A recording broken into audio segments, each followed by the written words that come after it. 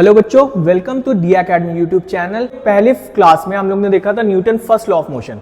आज हम लोग कंप्लीट करेंगे second law of motion and Newton third law of motion और इसी के साथ ये टॉपिक को कंक्लूड करेंगे। तो डायरेक्टली आते हैं Newton second law of motion, ये समझते हैं।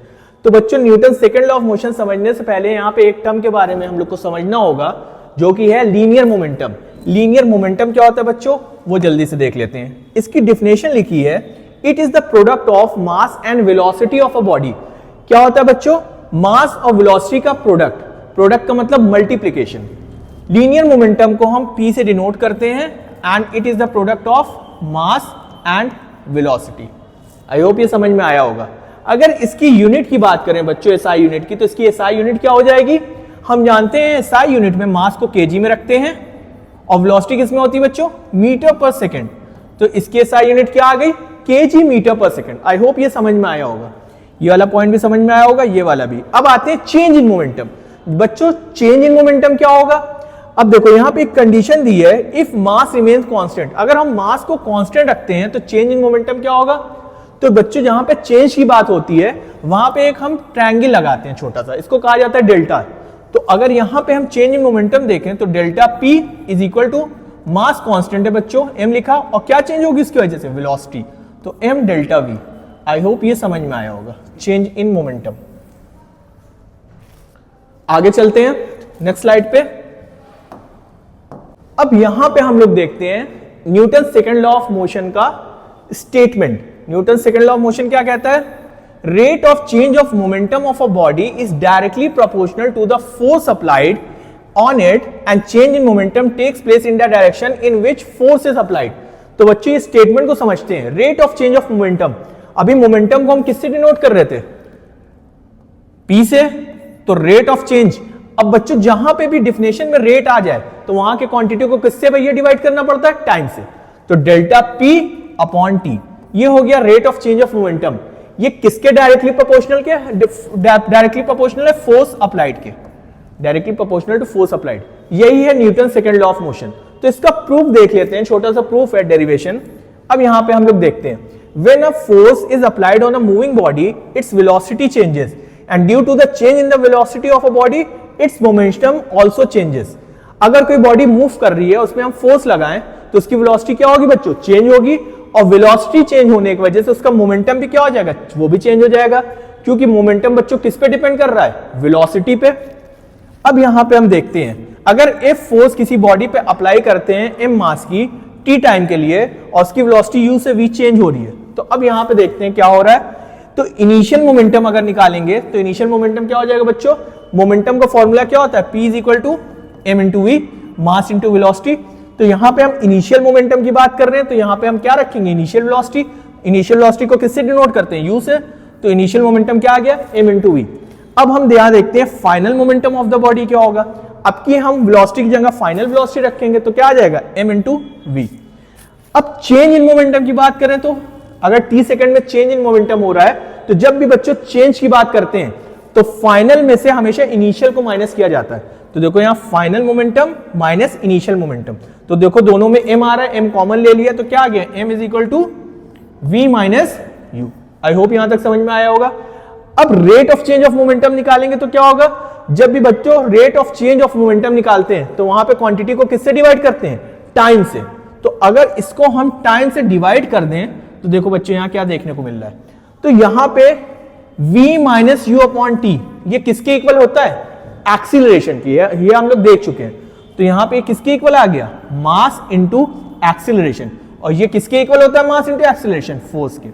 तो rate of change of momentum किसके इक्वल आ गया, यहां पे फोर्स के। यही तो था Newton second law of motion. तो delta P is directly proportional to F। अब ये डायरेक्टली प्रोपोर्शनल है, अगर डायरेक्टली प्रोपोर्शनल को हटाना होगा तो एक कांस्टेंट लगाते हैं, तो डेल्टा P अपॉन T, और यहां पे जो हम कांस्टेंट यूज कर रहे हैं K is equal to F की जगह हमने वैल्यू पुट कर दिया m इंटू a, K की वैल्यू हमने 1 रख दिया, तो क्या आ गया, rate of change of momentum is equal to m into a which is equal to the force applied. I hope ये भी समझ में आया होगा। अब आगे चलते हैं नेक्स्ट क्लास, नेक्स्ट स्लाइड पे।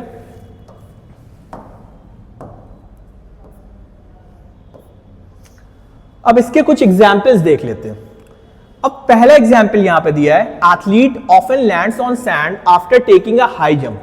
अभी हम लोग ने बच्चों एक रिलेशन पढ़ा था, delta P upon T is equal to force applied. तो यहां से फोर्स और टाइम बच्चों कैसे रिलेटेड है आपस में? Force is inversely proportional to time, यही है ना। अब देखो, अब ये एग्जाम्पल समझते हैं। जो एथलीट्स होते हैं बच्चों, देखा होगा, या तो वो या गद्दे पे कूदते हैं या तो सैंड पे कूदते हैं। क्यों डायरेक्ट जमीन पे नहीं कूदते, उसका क्या रीजन है वो देखते हैं। क्यों? अगर जब वो सैंड पे कूदेंगे बच्चों, तो उनका जो टाइम है जमीन से कांटेक्ट पे आने का, वो क्या हो जाएगा? इंक्रीज हो जाएगा। और अगर टाइम यहां से इंक्रीज हो जाएगा तो फोर्स की वैल्यू क्या हो जाएगी? घट जाएगी। तो इसीलिए इन्हें कम चोट लगती है। ओके, आई होप ये समझ में आया होगा। यहां क्वांटिटी इनवर्सली रिलेटेड है। इनवर्सली रिलेटेड का मतलब बच्चों क्या होता है? अगर एक वैल्यू बढ़ रही है तो दूसरी क्या होगी? घटेगी। तो अगर टाइम बढ़ जाएगा तो फोर्स क्या हो जाएगी? घट जाएगी। इसकी वजह से उनको कम चोट लगती है। सेकंड देखते हैं, second example, when a glass vessels falls on a hard floor they break but they do not break when they fall on a carpet और अ सैंड। अब बच्चों जैसे कभी ग्लास गिर जाता है जमीन पे शीशे का तो टूट जाता है, लेकिन कभी कभी जब वो गद्दे पे गिरता है या कारपेट पे गिरता है नहीं टूटता। उसका क्या रीजन है? उसका भी सेम यही रीजन है। जब ग्लास डायरेक्ट जमीन पे गिरता है तो डायरेक्ट कांटेक्ट में आ जाता है जमीन पे, तो वहां पे क्या होता है? टाइम ज्यादा रहता है। अगर टाइम ज्यादा रहेगा तो उस पर फोर्स ज्यादा लगेगी, इसकी वजह से टूट जाता है। लेकिन जब वो गद्दे या कारपेट पे गिरता है तो जमीन से कांटेक्ट पे आने पे उसको थोड़ा सा टाइम क्या होता है? ज्यादा लगता है। और अगर टाइम की वैल्यू ज्यादा होगी तो उस पर फोर्स क्या होगी? कम होगी। इसकी वजह से वो ब्रेक नहीं होता। आई होप ये समझ में आया होगा एग्जाम्पल। नेक्स्ट स्लाइड पे चलते हैं।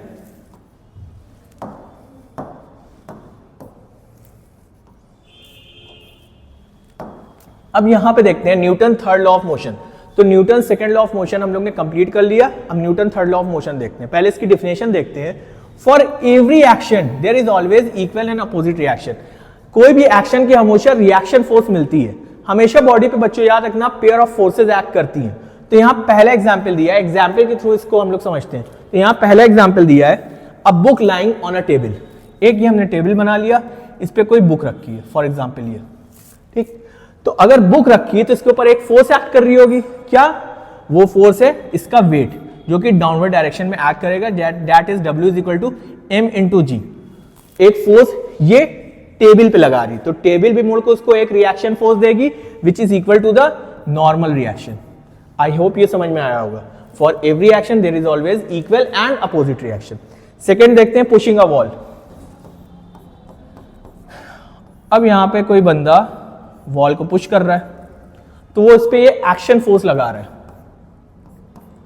जितना ज्यादा वो फोर्स से पुल करेगा उतना ही अपोजिट डायरेक्शन में वॉल भी इस पे फोर्स लगाएगी, जिसको कहेंगे रिएक्शन फोर्स। आई होप ये भी समझ में आया होगा। या और एक एग्जांपल समझ लेते हैं, जितनी जोर से हम दीवार पे हिट करते हैं उतनी तेज हमें चोट लगती है। तो वो भी किसका एग्जांपल है? Newton third law of motion का। क्योंकि for every action there is always equal and opposite reaction.